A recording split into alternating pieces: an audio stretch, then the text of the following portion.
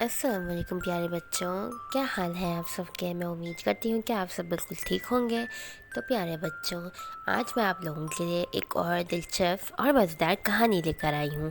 کہانی اگر اچھی لگے تو اسے لائک کرنا مت بھولیے گا اور میرے چینل کو سبسکرائب کر دیجیے گا۔ تو چلیں کہانی کو شروع کرتے ہیں۔ ایک دفعہ کا ذکر ہے، ایک گاؤں میں ایک بہت بڑا سا تالاب ہوا کرتا تھا۔ اس تالاب میں 3 مچھلیاں رہا کرتی تھیں۔ وہ تینوں آپس میں بہت اچھی دوست تھیں، لیکن وہ تینوں الگ مزاج کی مالک تھیں، جن میں ایک سونو تھی جو بہت عقل مندی سے کام لیا کرتی تھی۔ مونو اس سے تھوڑی مختلف تھی، جب بھی کوئی مصیبت آتی تو اپنی عقل کا استعمال کرتے ہوئے فوراً سے اس مسئلے کا حل نکال لیا کرتی تھی۔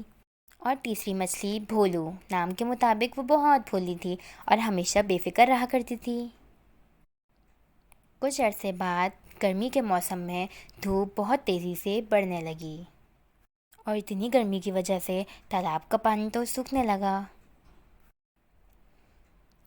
پھر سونو مونو اور بھولو کے پاس گئی اور اپنے دوستوں سے کہنے لگی، دوستوں، اس دفعہ گرمی کی شدت بڑھتی جا رہی ہے، جس کی وجہ سے کم عرصے میں ہی تالاب کا پانی تو سوکھ جانے کا اندیشہ ہے۔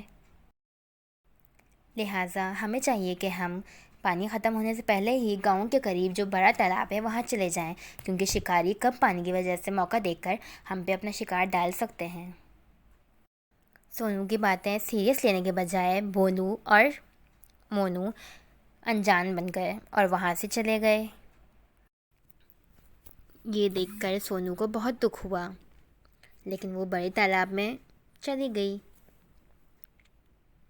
اور اس کا اندیشہ بھی صحیح ثابت ہوا۔ تیز گرمی کی وجہ سے آہستہ آہستہ تالاب کا پانی کم ہونے لگا اور گھٹنوں تک آنے لگا،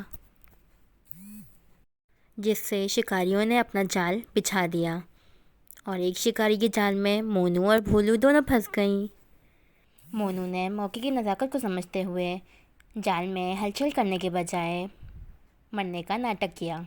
جیسے ہی شکاری نے جال پانی سے باہر نکالا تو اس نے دیکھا کہ مونو تو مری ہوئی ہے، تو اس نے اسے واپس پانی میں پھینک دیا۔